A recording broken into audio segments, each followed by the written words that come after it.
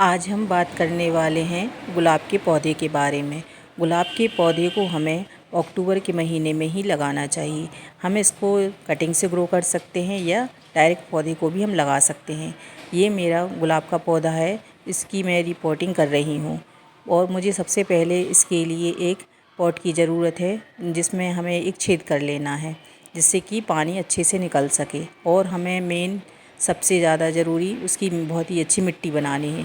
मिट्टी बनाने के लिए हमें गार्डन सॉइल चाहिए। थोड़ी सी हम उसमें रेत मिला लें या नीम खली मिला सकते हैं और फंगिसाइड पाउडर भी मिला सकते हैं।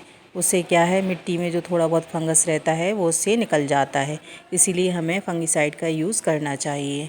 और आप इसमें नीम खली भी ऐड करें, नीम खली बहुत अच्छी होती है। और हमें क्या है, इसकी कटिंग करते रहना चाहिए। गुलाब की कटिंग करने से इसमें नई नई ब्रांचेज़ आती हैं जिसमें बहुत अच्छी फ्लावरिंग होती है। और हमें फ्लावरिंग लेने के लिए हर 15 दिन में या एक महीने में हमें इसमें फर्टिलाइज़र देना चाहिए। अब हमें इसमें किस तरह का फर्टिलाइज़र देना है, हम इसमें किचन वेस्ट भी यूज़ कर सकते हैं और वर्मी कंपोस्ट या गोबर की खाद यूज़ कर सकते हैं। अब हमारा सर्दियों का सीज़न शुरू हो रहा है तो हम इसमें सरसों की खली भी दे सकते हैं। सरसों की खली हम दो तरीके से दे सकते हैं, हम उसको लिक्विड करके भी दे सकते हैं या हम उसको पीस कर उसका पाउडर करके उसमें डाल सकते हैं। जिससे क्या है, आप कुछ ही दिनों में देखेंगे कि हमारी गुलाब में जो है बहुत अच्छी फ्लावरिंग स्टार्ट हो जाएगी। हमें ध्यान रखना है, इसमें बहुत ज़्यादा पानी नहीं देना है। पानी ज़्यादा देंगे तो इसकी जो जड़ें हैं वो गलनी शुरू हो जाएंगी और हमारा पौधा ख़राब हो जाएगा। हमें इसको फुल सनलाइट में रखना है। हमें कम से कम इसको 6 से 8 घंटे की धूप चाहिए, इसीलिए कोशिश यही करें कि इसको धूप में रखें। इसको धूप अच्छी लगती है, इसीलिए इसको धूप में ही रखना चाहिए। और हमें हमेशा ध्यान रखना है कि इसकी हमें समय समय पर गुड़ाई करते रहना है। इसमें जो एक्स्ट्रा छोटे छोटे घास या पौधे निकल आते हैं, हमें उनको रिमूव कर देना है। और हफ्ते में कम से कम एक बार हमें गुड़ाई करना है। और गुड़ाई करके हम क्या है, हम इसमें फर्टिलाइज़र दे सकते हैं। और हम जैसे बनाना पील है या केले के छिलके का पाउडर है वो भी हम इसमें दे सकते हैं।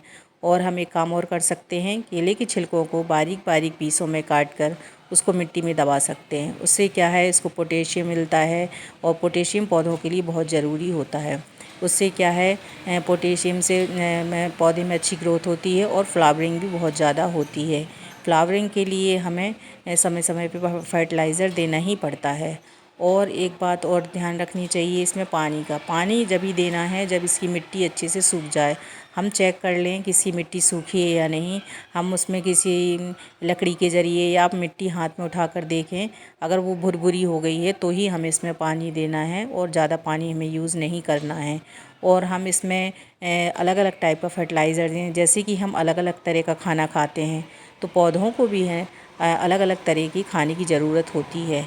कभी हम उसमें बनाना पील दे सकते हैं, कभी कभी हम उसमें ऑनियन पील दे सकते हैं, या कभी कभी हम जो हमारी किचन से निकलने वाली सब्जियों के छिलके हैं उनको हम रात भर पानी में डाल दें और दूसरे दिन हम अपने गमलों में उसको डाल सकते हैं। वो बहुत ही अच्छी फर्टिलाइज़र होता है।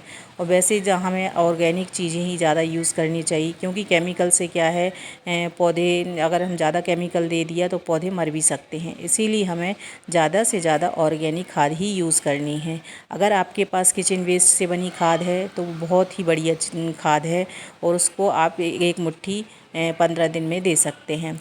ज़्यादा नहीं देना है, बस एक एक मुट्ठी हमें सभी पौधों में दे देना है। और गुलाब के पौधे में हमें कम से कम 15 और एक महीने में हमें खाद देते रहना है। और खाद हम इसमें और भी खाद दे सकते हैं, और लेकिन हमें सबसे ज़्यादा अभी सर्दियों का सीज़न है तो हमें सरसों की खली ही यूज़ करनी है। सरसों की खली क्या है, पौधे में गर्माहट बना के रखती है, क्योंकि सर्दियों में पौधे नहीं तो सर्दी से सड़ने गलने लगते हैं। तो इसीलिए हमें उसमें थोड़ी सरसों की खली देते रहना है। और हमें ध्यान रखना है कि इसको हम ज़्यादा से ज़्यादा धूप में रखें। अगर आपके इधर धूप नहीं आती है तो आपके इधर 2-4 घंटे भी धूप आती है तो आप उसको, या सुबह की धूप या शाम की धूप, लेकिन उसको धूप मिलनी चाहिए। धूप बहुत ज़रूरी है, इसीलिए इसको धूप में ही रखें, वरना आपका पौधा मर जाएगा और हमें फ्लावरिंग नहीं मिलेगी। इसीलिए हमें समय समय पर इसकी कटिंग करनी है और इसमें फर्टिलाइज़र देना है। गुलाब में बहुत सारी वैरायटीज़ आती हैं, कुछ हाइब्रिड वाली होती हैं, कुछ देसी होती हैं। और जो देसी हमारा गुलाब होता है उसमें बहुत अच्छी खुशबू होती है।